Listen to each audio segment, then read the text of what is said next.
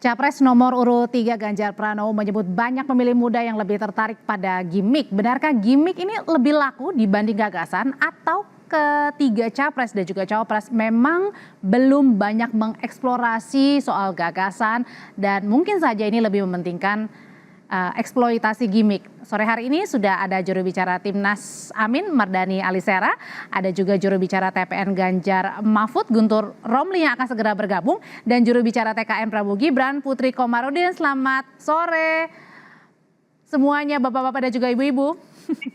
Sore Mbak Audrey, sore Pak Mardani. Sehat semua. Sehat semuanya. Ini sambil kita menunggu Mas Guntur join nih, saya mau tanya ke Mbak Putri dulu. Mbak Putri, sebenarnya strategi dari tim ini lebih banyak sebenarnya pakai gimmick-gimmick atau gagasan Mbak yang diperjualkan nih selama kampanye ini? Ya, selamat sore untuk Pak Mardani dan juga Mbak Audrey. Assalamualaikum warahmatullahi wabarakatuh.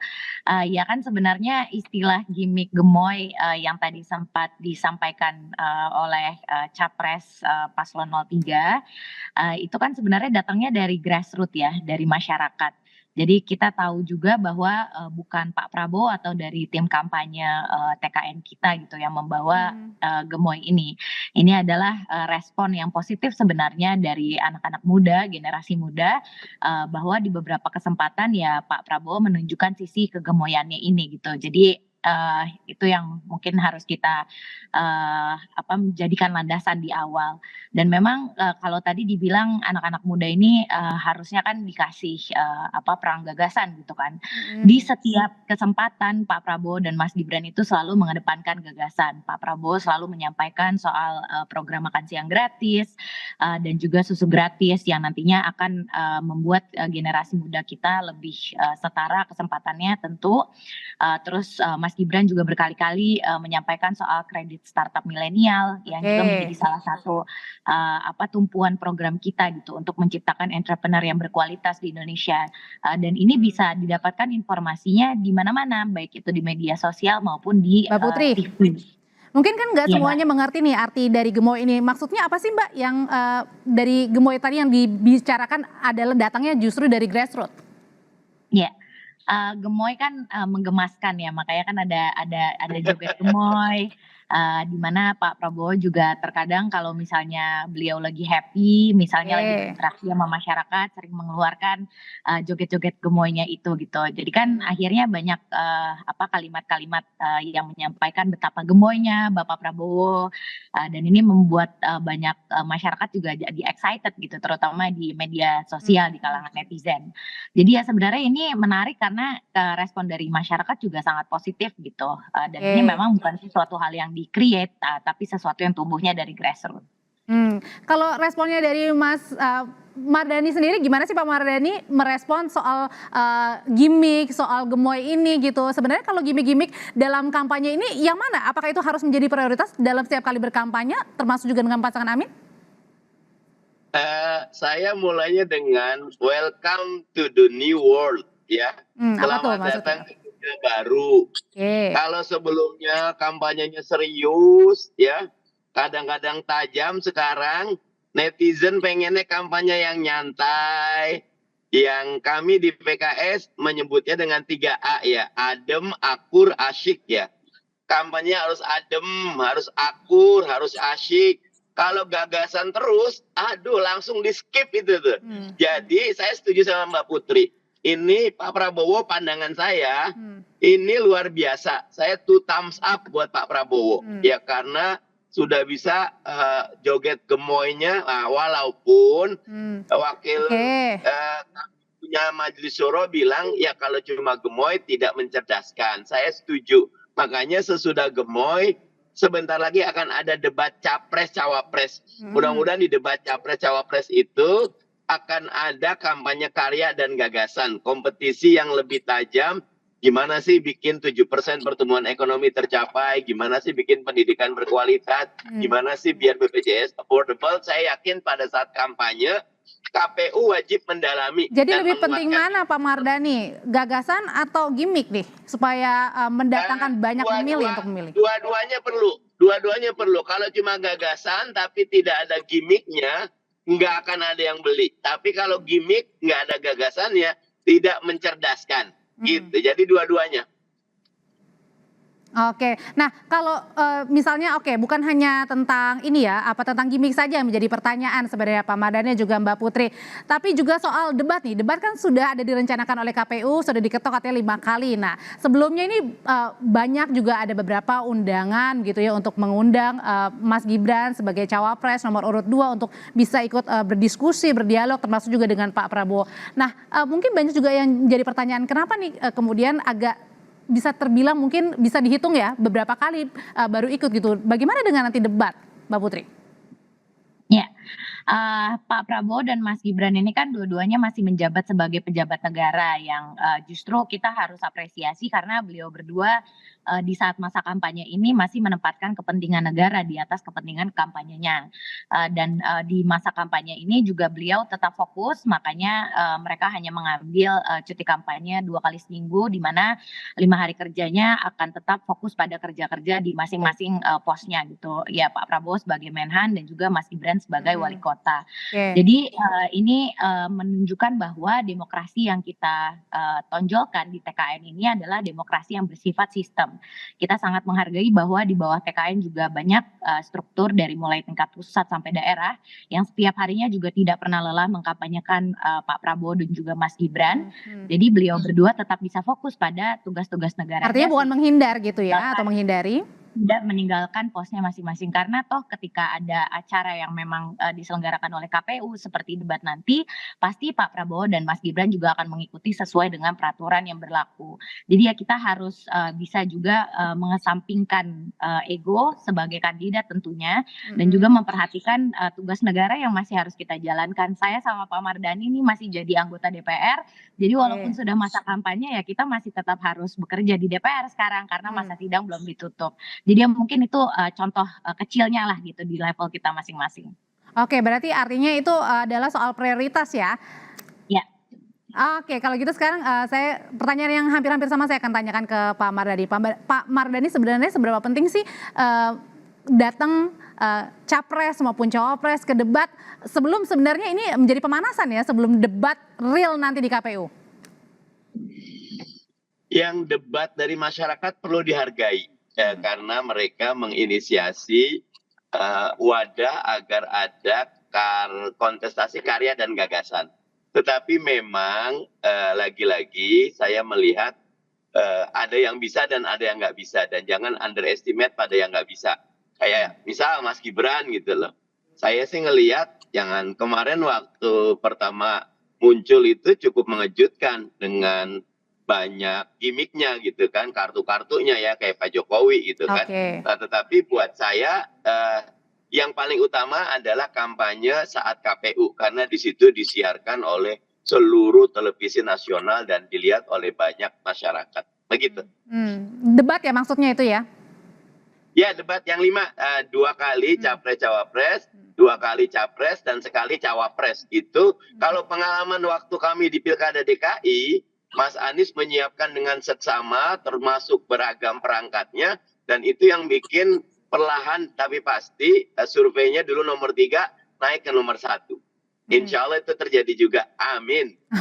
Oke, tapi kan Pak Mardhani dan juga Mbak Putri kalau misalnya debat yang diadakan bukan dari KPU ya, sebelum-sebelumnya dari masyarakat begitu kan, bukannya ini menjadi satu juga ajang gitu untuk memperkenalkan adu visi, gagasan, lebih dekat juga dengan ke masyarakat karena ini juga bukan sembarangan loh, ada lembaganya misalnya saja Muhammadiyah atau penyelenggaraan yang digelar oleh sebuah kampus. Pak Mardhani, Mbak Putri dulu deh. Iya. Tentu kan karena kita punya maksudnya ada 2 orang yang menjadi pasangan kan, ada calon presiden, ada calon wakil presidennya. Jadi tentu ini juga disesuaikan dengan availability-nya masing-masing dari pasangan calon kita gitu. Jadi ketika yang satu tidak bisa, yang lainnya akan menjalankan tugas debat tersebut misalnya sesuai dengan kesesuaian jadwalnya. Jadi kalau yang kita lihat justru bagaimana masing-masing pasangan calon juga tetap ingat bahwa mereka semua masih bertugas. Kalau Pak Anies kan memang sudah pernah tugas ya jadi gubernur Tapi kan kita lihat juga misalnya Profesor Mahfud juga beliau masih menjadi Menko Polhukam gitu. Terus Caimin juga masih sebagai wakil ketua DPR dengan masing-masing tugas negara yang harus tetap jalan gitu walaupun masa kampanye telah dimulai. Jadi yang kita lihat di sini adalah yang tadi saya sampaikan di awal, harus ada prioritas supaya negara ini tidak berjalan sendiri saja, karena sebagai orang yang sudah disumpah jabatan tentu kita harus tetap menjalankan tugas kita ini dengan sungguh-sungguh dan sesuai dengan sumpah jabatan kita, dan itu yang saya rasa sedang dijalankan oleh Pak Prabowo dan juga Mas Gibran. Kalau dari Pak Mardhani sendiri?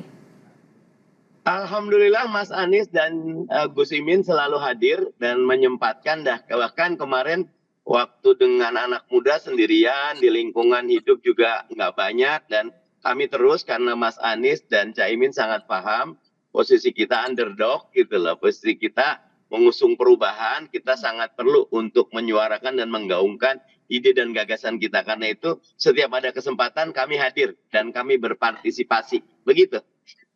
Oke, nah tetaplah bersama kami saudara, karena nanti saya masih akan banyak pertanyaan dan kita juga masih menghubungi ya Mas Guntur Romli, untuk saya mau tanya-tanya banyak nih soal seberapa besar sebenarnya yang dipakai gimmick atau gagasan yang utama dalam kampanye menuju pemilu 2024. Ulasannya akan kami hadirkan, tetaplah bersama kami di Kompas Petang.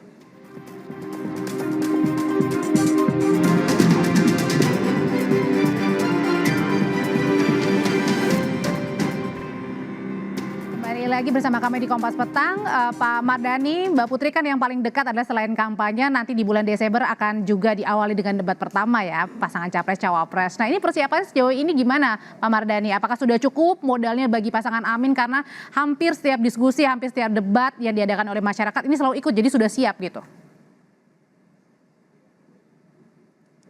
Pak Mardhani?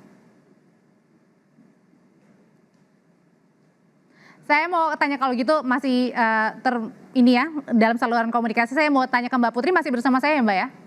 Ya, masih. Oke, kalau persiapannya untuk pasangan Pak Prabowo juga Mas Gibran, kan sebelumnya ini bisa dibilang jarang banget nih hadir Mbak Putri ke debat-debat yang diadakan masyarakat tadi karena prioritasnya beda ya. Nah ini gimana kesiapannya dalam menghadapi debat perdana Desember? Ya. Sebenarnya kan kemarin juga Pak Prabowo sama Mas Gibran bagi tugas ya, Pak Prabowo ke Muhammadiyah misalnya, acara yang diskusi itu, terus Mas Gibrannya ke acara NU. Jadi sebenarnya bisa dilihat kalau paslon kami ini juga sangat senang turun langsung ke masyarakat gitu. Jadi walaupun diselingi dengan debat yang diundang oleh organisasi masyarakat ataupun kepemudaan misalnya, tapi beliau berdua juga tidak pernah berhenti keliling ke daerah-daerah untuk melihat langsung keadaannya masyarakat, dan yang paling penting menyapa langsung masyarakat, karena ya seperti kita tahu human touch itu di dalam politik kan tetap menjadi yang paling penting walaupun kita sekarang sudah ada teknologi. Dan tentu kalau dari soal debat justru di situ kita bisa melihat nanti benar-benar ekspresinya Mas Gibran yang memang native-nya anak muda, di mana sekarang 54% juga nanti di daftar pemilih tetap kita adalah anak muda. Jadi Mas Gibran ini akan menjadi salah satu orang pertama yang paling muda yang nanti akan mengikuti debat cawapres tersebut, capres-cawapres. Jadi ya nanti kita juga bisa melihat bagaimana kolaborasi antar generasi ini menjadi sangat baik untuk pertumbuhan ekonomi kita dengan gagasan yang beliau punya gitu, dan bagaimana saling menghargai. Tapi nggak ada latihan ya Mbak? Mungkin nggak sih ada latihan nggak sih? Kalau latihan ya saya rasa kan Pak Prabowo dan Mas Gibran juga sudah sering berdiskusi, mereka juga sering mengetes gagasannya masing-masing. Jadi ketika chemistry itu sudah tercipta ya, saya yakin yang namanya latihan itu tidak diperlukan lagi gitu untuk kaliber seorang Menhan dan juga tentu seorang yang sudah menjabat sebagai kepala daerah. Tapi ya tentu pasti kita akan mengantisipasi misalnya ke pertanyaan-pertanyaan yang sesuai dengan tren yang sedang berkembang. Oke, saya mau tanya ke Pak Mardhani tapi masih terputus ya sama saluran komunikasinya. Nah, saya kembali lagi nih ke pertanyaan yang sebelumnya ditanyakan Mbak Putri. Kan banyak nih sebenarnya menyayangkan pada saat debat yang diadakan oleh masyarakat atau lembaga-lembaga yang kredibel gini mau ketemu langsung, bertanya langsung, mau tahu gagasannya langsung, terutama ke Mas Gibran. Nah, ini sebenarnya gimana sih Mbak Putri dihadapi, kan sebenarnya masyarakat juga pengen tahu kenapa sebenarnya selain tadi ya masalah karena rutinitas untuk sebagai wali kota Solo juga. Ya, di berbagai kesempatan Mas Gibran turun ke masyarakat, kan sudah beberapa provinsi yang kemarin beliau kunjungi kan. Di situ juga beliau juga banyak menyapa langsung dan juga mendengarkan langsung keluh kesah masyarakat gitu. Jadi ketika forum-forum diskusi yang ada itu sifatnya audiensnya terbatas, mungkin hanya kalangan tertentu yang bisa ikut. Ketika beliau belusukan ke pasar, beliau juga langsung bertemu dengan anak-anak muda yang misalnya berjualan di sana. Terus beliau juga banyak ketemu dengan komunitas anak-anak muda yang mungkin tidak tergabung dalam forum-forum diskusi yang mengundang Pak Prabowo dan Mas Gibran. Itu kan bisa menjadi sarana diskusi yang langsung. Jadi ya ketika Pak Prabowo dan Mas Gibran berbagi tugas untuk mendatangi forum-forum diskusi yang mengundang para paslon, tentu sentuhan langsung ke masyarakat grassroots yang tidak menjadi bagian dari forum diskusi itu juga menjadi sangat penting. Dan beliau juga sangat aktif juga di media sosial, jadi interaksi lewat media sosial juga tidak pernah luput, dan semua kegiatannya juga selalu diliput oleh media gitu. Jadi bisa kita lihat sebenarnya dari situ kesiapannya beliau. Oke, kesiapannya adalah siap ya. Oke, saya kembali lagi ke Pak Mardhani. Pak Mardhani, ini kan gagasan perubahan adalah jargon ya yang diutamakan oleh pasangan Amin ini. Nah, kalau misalnya tadi kan Pak Mardhani bilang ini gimmick juga perlu nih. Kalau misalnya kalah artinya adalah gimmick lebih besar daripada gagasan, artinya gagasan perubahan ini mungkin saja tidak tersampaikan betul ke masyarakat mengenai visi misinya Amin. Sebetulnya tadi lagi-lagi saya mengutip welcome to the new world ya, selamat datang ke dunia baru, di mana gagasan tidak bisa disampaikan begitu saja tapi harus dibungkus dengan gimmick yang baik. Tapi kalau gimmicknya kebanyakan kayak sayur kebanyakan garam nanti keasinan. Nah, mencari proporsi yang tepat antara gimmick sama gagasan itu tidak mudah. Kadang-kadang kita pengen gimmicknya sedikit tapi netizen atau publik tidak menerima. Sebagian besar anak pemilih kita itu kan milenial dan Gen Z. Nah, milenial itu tidak mau terlalu serius ya, santuy misal gitu loh. Mereka pengen enjoy the life. Mereka tidak ingin ada konfrontasi. Mereka pengen kompetisi tapi saat yang sama ada elegansi ya, bahwa kita saling menghargai, kita saling berkompetisi tapi kita saling akrab, tidak saling, sehingga kayak kompetisinya kayak Liga Inggris gitu loh. Sampai pertandingan ke-38 belum tahu MU apa City yang menang, apa Arsenal yang menang. Ada adrenalin tetapi etika tetap dijaga. Nah, yang ada nanti kontestasi kecerdikan, dan kami di Amin yakin insya Allah narasi gagasan kita akan dibalut dengan marketing yang baik, termasuk gimmick yang tepat, tidak berlebihan. Oke, Pak Mardhani Alisera terima kasih, Mbak Putri Komarudin terima kasih, saya selalu semuanya.